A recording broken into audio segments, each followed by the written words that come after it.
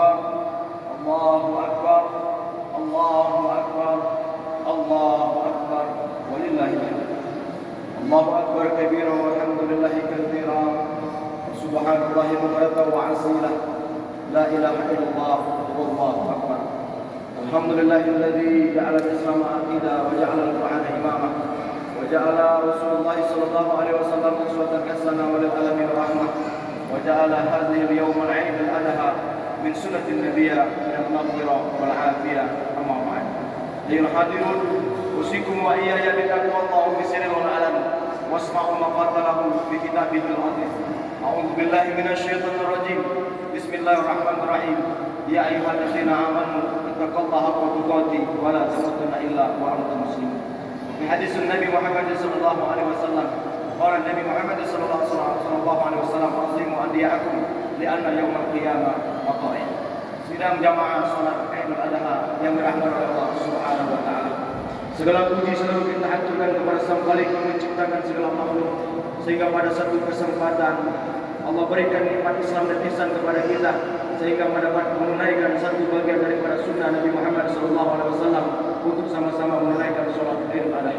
Salawat berangkaikan salam semoga selalu tercurahkan kepada junjungan kita Nabi Agung Nabi besar Muhammad SAW selama 1453 tahun yang lalu. Namanya tetap terkenang, namanya tetap terbayang, dan namanya tetap menjadi suri tauladan bagi umat semesta alam. Sidang jamaah salat Idul Adha yang dirahmati Allah Subhanahu wa taala. Allahu Akbar, Allahu Akbar, Allahu Akbar. Walillahil hamd. Seorang ulama bernama Imam Ibnu Zulak menyebutkan di dalam kitab dan di antara kitab-kitab yang dikemukakan oleh para ulama dalam kitab Bidayah wa Nihayah disebutkan bahwa as-syari'ah tasri'u syamawi wa tasri'u wad'i, syariat yang dijalankan atas ala lisan Rasul, pesan daripada para nabi, dan tasri'ul wad'i yang disebut daripada syariat yang diciptakan oleh para sahibus sultan adalah orang-orang yang menegakkan hukum melalui undang-undang negara. Adapun orang yang ketika datang dengan syariatnya, Allah sedang memberikan aslun bil asli dengan zaman dan zamannya. Ketika Adam turun ke muka bumi, maka orang menyebut syariatul Adam. Ketika Nabi Nuh turun ke bumi, maka orang menyebut syariatul Nuh. Ketika Nabi Musa turun ke bumi, orang akan menyebutnya syariatul Musa. Ketika Nabi Ibrahim turun ke muka bumi, Allah sebutkan syariatul Ibrahim. Begitu juga baginda kita Nabi Muhammad SAW, maka orang menyebut syariatul Muhammad SAW. Tetapi syariat di masa lalu merupakan paripurna yang sudah dilengkapkan oleh Nabi kita Muhammad SAW. Maka momentum pada Idul Adha ini adalah bagian daripada syariat yang dibawa oleh Waliyu minil ilmu tauhidul Qur'an, yaitu Nabi kita Ibrahim alaihissalam. Kemudian syariat itu dikumandangkan, dikemukakan oleh Nabi Muhammad sebagai paripurna dari syariat Nabi-Nabi sebelum datangnya Muhammad SAW. Adapun hari ini gemah takbir berkumandang, tak ada sepanjang takbir dan tahlil melainkan daripada hari Idul Adha. Ketika Idul Fitri orang hanya bertakbir dan bertahlil ketika malam hari raya, sehingga menjelang daripada khotib turun di atas mimbarnya, maka berakhirlah takbir dan tahlil itu. Sementara Idul Adha dia akan berlangsung selama 3 hari yang orang sebut dengan hari tasyrik pada tanggal 11, 12, 13 Zulhijjah, merupakan satu bulan yang ulama menyebutnya adalah bulan Hudaybiyah. Wa ma huwal Hudaybiyah? Apa itu bulan Hudaybiyah? Bulan itu adalah bulan gencatan senjata. Yang disebutkan di dalam Al-Quran ketika Allah menciptakan jumlah bulan terdiri dari 12 bulan, terhitung dari Muharram, Safar, Rabiul Awal, Rabiul Tsani, Jumadil Awal, Jumadil Tsani, Rajab, Sya'ban, Ramadan, Syawal, Zulqa'dah, dan Zulhijjah. Menurut tafsir Imam Ibnu Jarir At-Tabari, dari jumlah bulan yang 12 itu Allah pilih 4 bulan yang Allah muliakan, 4 bulan yang Allah agungkan, dan 4 bulan itu disebutkan di dalam tafsir Abu Jarir At-Tabari dan dikuatkan oleh Syekh Muhammad Al-Amin Ibnu Muhammad Al-Mu'tar Al-Junki As-Sawfi. Dikatakan 4 bulan itu salasah mutawaliyah, 3-nya bergandengan dan 1-nya terpisah. 3 bulan bergandengan itu adalah bulan Syawal, bulan Zulqa'dah, bulan Zulhijjah, dan bulan Muharram, dan 1-nya terpisah. Maka ulama menyebutnya bulan Mudhar. Bulan Mudhar terletak di antara bulan Jumadi dan bulan Sya'ban. Kita menyebutnya adalah bulan Rajab. Maka Zulhijjah termasuk 4 bulan yang dimuliakan, 4 bulan yang diagungkan.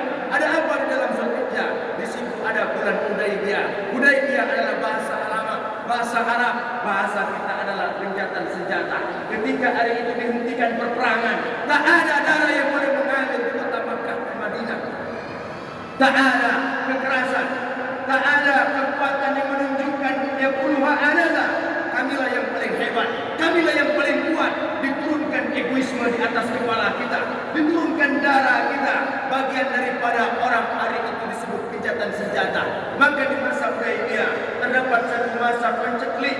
Di saat orang susah, maka Nabi perintahkan iqtaqal baqara bi sab'ati anfar, maka potonglah satu ekor sapi untuk orang 7. Maka berlakulah syariat sampai hari ini.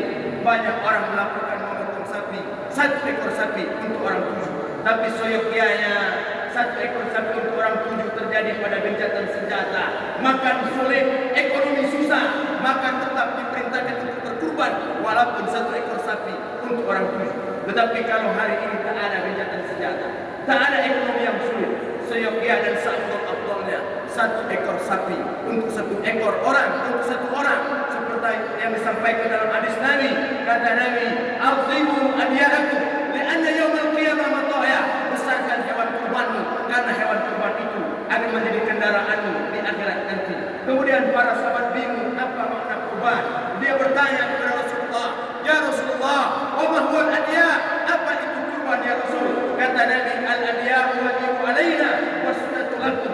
Kurban itu adalah diwajibkan untuk kami para nabi dan disunnahkan untuk kalian. Kurban wajib untuk nabi dan sunnah untuk kita. Adapun kita yang susah, adapun kita yang sulit, tak sempat lagi kita memotong hewan kurban, tak ada kemampuan kita memotong hewan kurban. Dalam riwayat Tasrih Samawi, Nabi memotong hewan kurban onta dalam 1 tahun 3 ekor onta. Yang pertama Nabi potong dengan tangannya, hadza li Muhammad, ini untuk diriku Muhammad, sebagai bentuk kewajiban dia sebagai seorang nabi.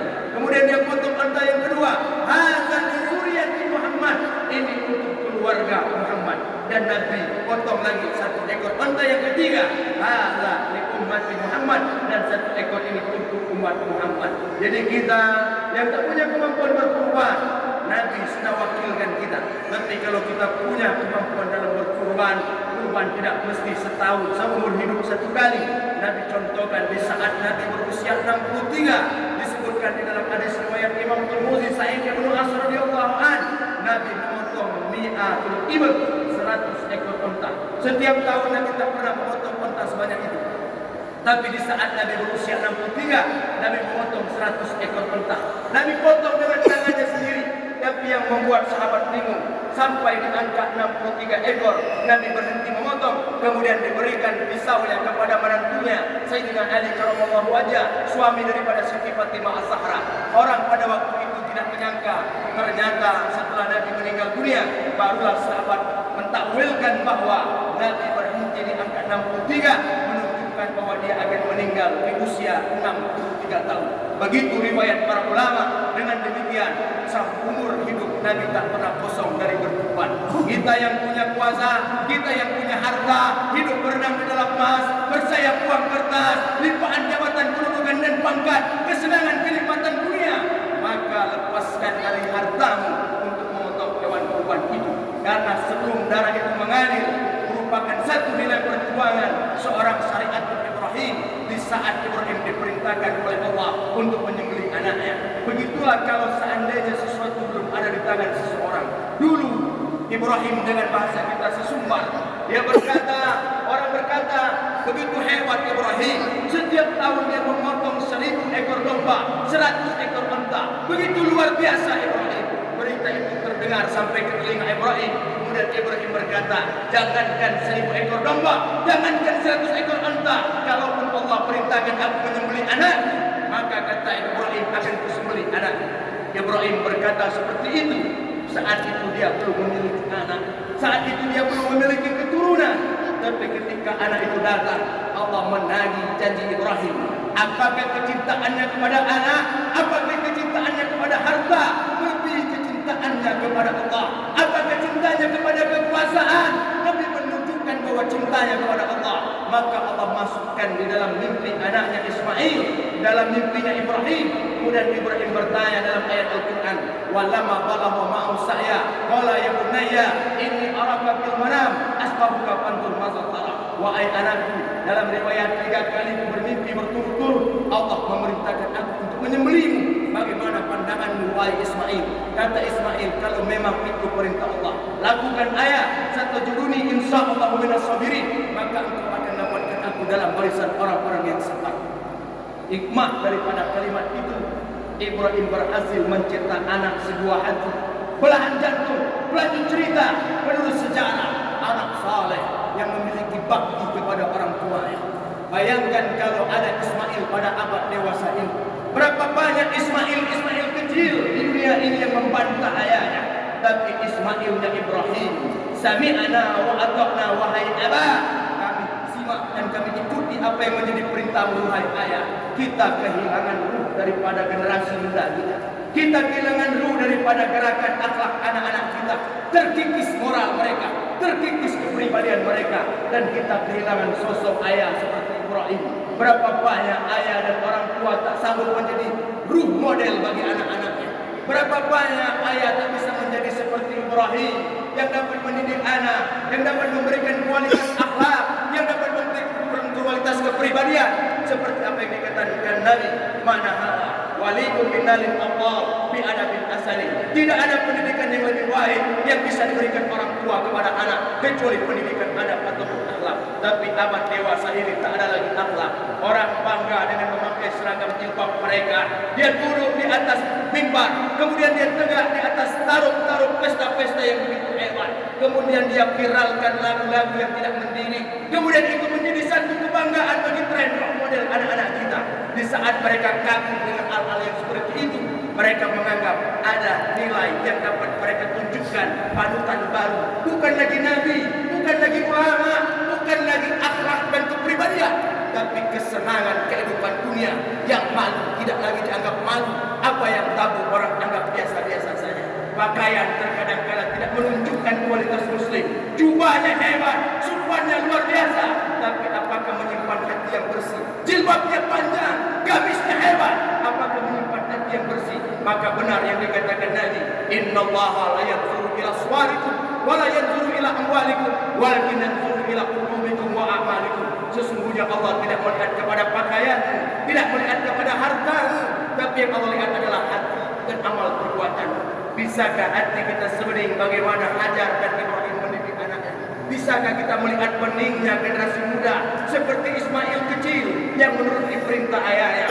Dan mudah-mudahan di momentum Idul Adha kita bisa mengambil pilar dari apa yang disampaikan oleh kepala daerah kita, Bupati Kabupaten Musirawas, dengan satu pilar maju mandiri dan bermartabat, dengan dua pilar memperbaiki hablum minallah dan hablum minan nas, menjadi motor daripada kepala pemerintah daerah kita Hajar Rakam Mahmud dan Hajar Suwarti Mulia, menunjukkan satu nilai hablum minallah, hablum minan nas dalam sambutan mimbar pada Idul Adha. Pagi hari ini ada nilai yang kita perbaiki, harakatullah, ibadah kita kepada Allah, dan hablum minan nas, hubungan baik kita kepada manusia. Baik hubungan kita kepada Allah, tapi cacat rusak hubungan kita kepada sama manusia. Allah tidak akan mengampuni dosa seseorang ketika dia berbuat salah, berbuat zalim. Ittaqu zulma fa inna zulma zulmati yaumil qiyamah. Takutlah kamu dengan kezaliman, karena kezaliman akan dimintakan pertanggungan jawab. Dosa kepada Allah, kita langsung bisa minta maaf kepada Allah sandar calon tanpa perantara. Tapi dosa kepada sesama manusia, Allah belum memberikan maaf sebelum orang itu memberikan maaf kepada kita. Maka berat membawa dosa dalam hablum minan nas. Kawan sekantor, kawan seperjuangan, kawan seinstansi, ada mungkin hati yang tersakiti, ada hati yang terzalimi. Maka berat rasanya kita untuk membawa dan memikul dosa daripada kita kepada sesama manusia. Hubungan kepada Allah, kurban kita. Hubungan kepada Allah, puasa kita. Hubungan kepada Allah, haji kita. Hubungan kepada Allah, zakat dan infak sedekah kita. Tapi hubungan kepada sesama manusia, muamalah kita, sistem perdagangan kita, sistem pendidikan kita, peta politik pergerakan kita, apakah semuanya akan menghalalkan segala cara untuk mendapatkan kesenangan dan kebahagiaan? Allah tidak pernah melarang kita untuk menjadi boleh saja kaya, tapi jangan menghalalkan segala cara. Boleh jadi besar, tapi jangan monopoli.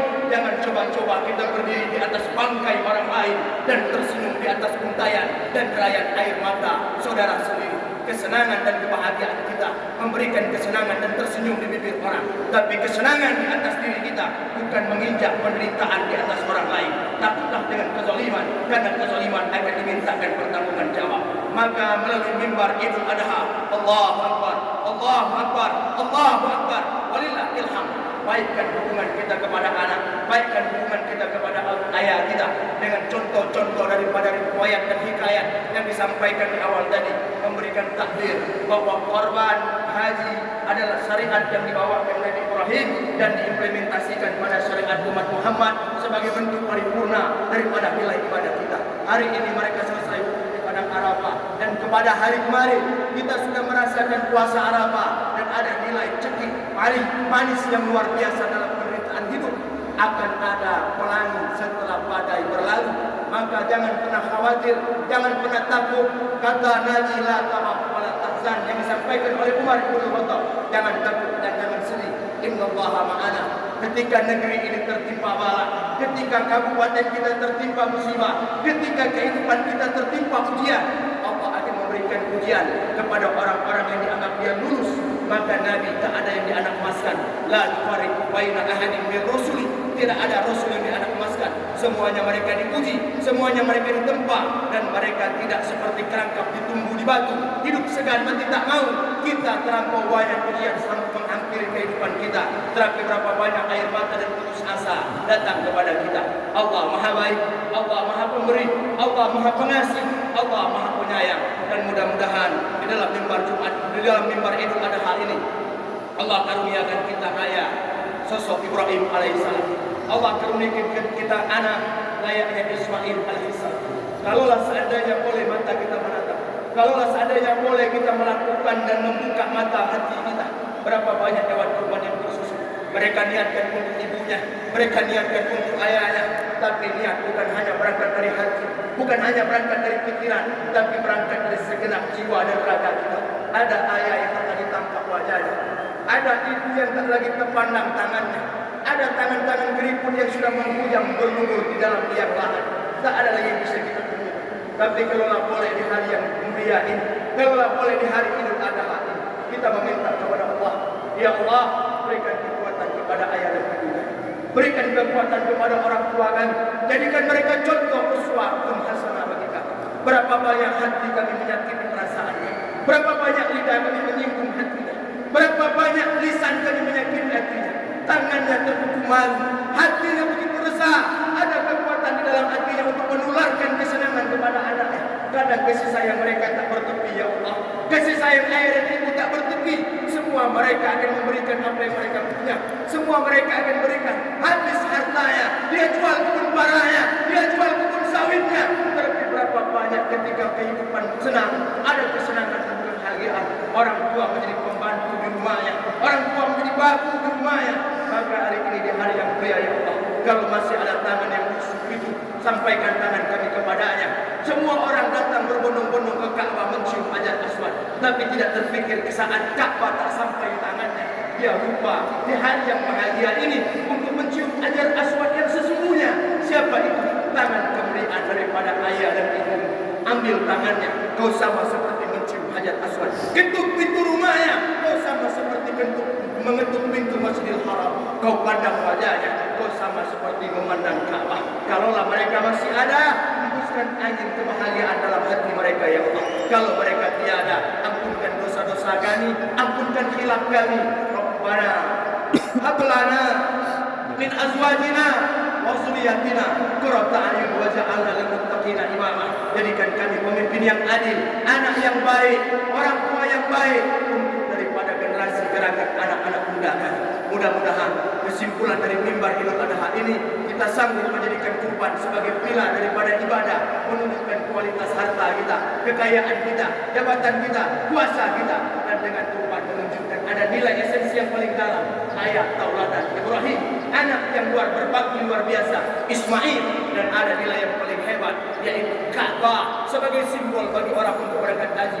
Tapi kalaulah sampai usia tak dapat, kalaulah ekonomi tak sampai, tak usah kau bersedih. Ketuk pintu orang tuamu, kau mengetuk pintu Masjidil Haram. Kau pandang wajah ayah dan ibumu, kau sama seperti memandang Ka'bah. Kau ambil tangannya, kau sama seperti mencium Hajar Aswad. Begitulah kata Imam Ibnu Hajar Al-Asqalani dalam kitab Fadilah Amal. Mudah-mudahan kita menjadi Ismail dan Ibrahim, orang yang ditelaudani dan dapat mengikuti jejak Nabi Muhammad sallallahu alaihi wasallam. Amin ya rabbal alamin. Barakallahu lakum fil Qur'anil azim wa nafa'ani wa iyyakum minal ayati wa zikril hakim. Aku li qouli hadza astaghfirullahalazim. Innallaha huwal ghafurur rahim.